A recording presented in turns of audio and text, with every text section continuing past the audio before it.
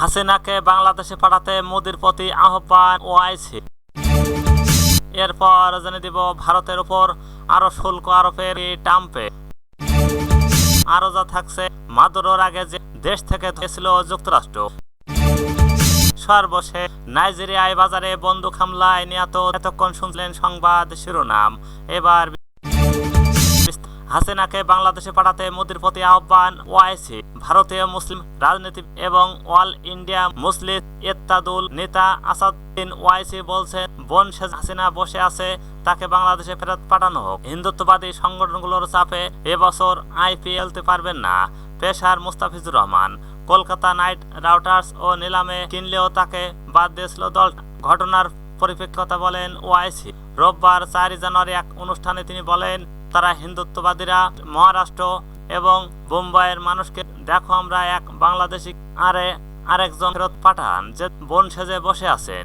আপনারা কি চান না তাকে বাংলাদেশে ফেরত পাঠানো হোক? তাহলে স্লোগান তুলো, নারায়ে তাকবীর, আল্লাহু আকবার। তিনি বলেন, মোদি যে আওয়াজ আসছে তাকে ধরুন, বের করে বাংলাদেশে ফেরত পাঠান। জলগাঁওয়ে এক হত্যার কথা তুলে ধরেন ওআইসি। তিনি বলেন, জলগাঁওয়ের সন্তানকে হত্যা করা হয়েছে, তাকে যেন আপনারা ক্ষুব্ধ হন না। ভারতের উপর আরো শুল্ক আরোপের ট্রাম্পে।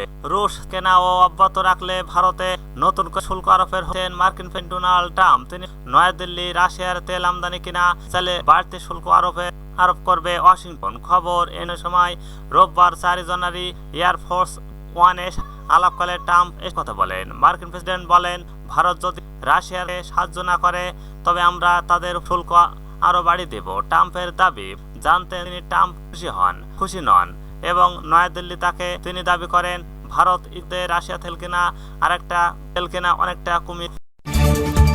মাদুরোর আগে জেপকে দেশ ছিল যুক্তরাষ্ট্র।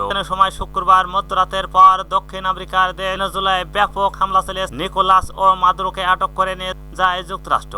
এরপর নতুন করে আলোচনায় ওঠে 36 বছর আগে যুক্তরাষ্ট্র চালানো আরেক হামলার খবর। সর্বশেষ 1989 সালে লাতিন আমেরিকার দেশ ও পানামায় সামরিক অভিযান চালিয়ে উৎখাত করা হয়েছিল দেশটির তৎকালীন প্রধান জেনারেল ম্যানুয়েল নোরিয়েগাকে। তবে সেই অভিযানের পর নিকোলাস ও মাদুরোর মতোই ম্যানুয়েল নোরিয়েগাকেও তুলে গিয়েছিল যুক্তরাষ্ট্র। সেই হামলার আগে নোরিয়েগার বিরুদ্ধে যে ধরনের অভিযোগ আনা হয়েছিল, এবার মাদুরোর একই ধরনের আনা হয়েছে। দুটি অভিযানের মধ্যে এতটা মিলের কারণে পানামার অভিযান এখনো। নাইজেরিয়ায় বাজারে বন্দুক হামলায় নিহত। নাইজেরিয়ার রাজ্যের একটি বাজারে বন্দুকধারীর ভয়াবহ হামলায় অন্তত 30 জন নিহত হয়েছেন। খবর CNN। গত শনিবার 3 জানুয়ারি বেলে রাজ্যর ডেমো ও গ্রামের কাসওয়ান ও দাজি বাজারে এ নৃশংস হামলার ঘটনার মুখপাত্র ওয়াসিউ আবিউদ্দিন রোববার 4 জানুয়ারি জানেন, ডাকাত হিসেবে 4:30 বাজারে গুলি করে। তারা বাজারের বিতলে আগুন এবং প্রচুর পরিমাণ খাদ্য নিয়ে যায়। বেশি মানুষ প্রাণ হারানোর পাশাপাশি অপহরণ করে, যাদের উপরে বর্তমান অভিযান চলছে।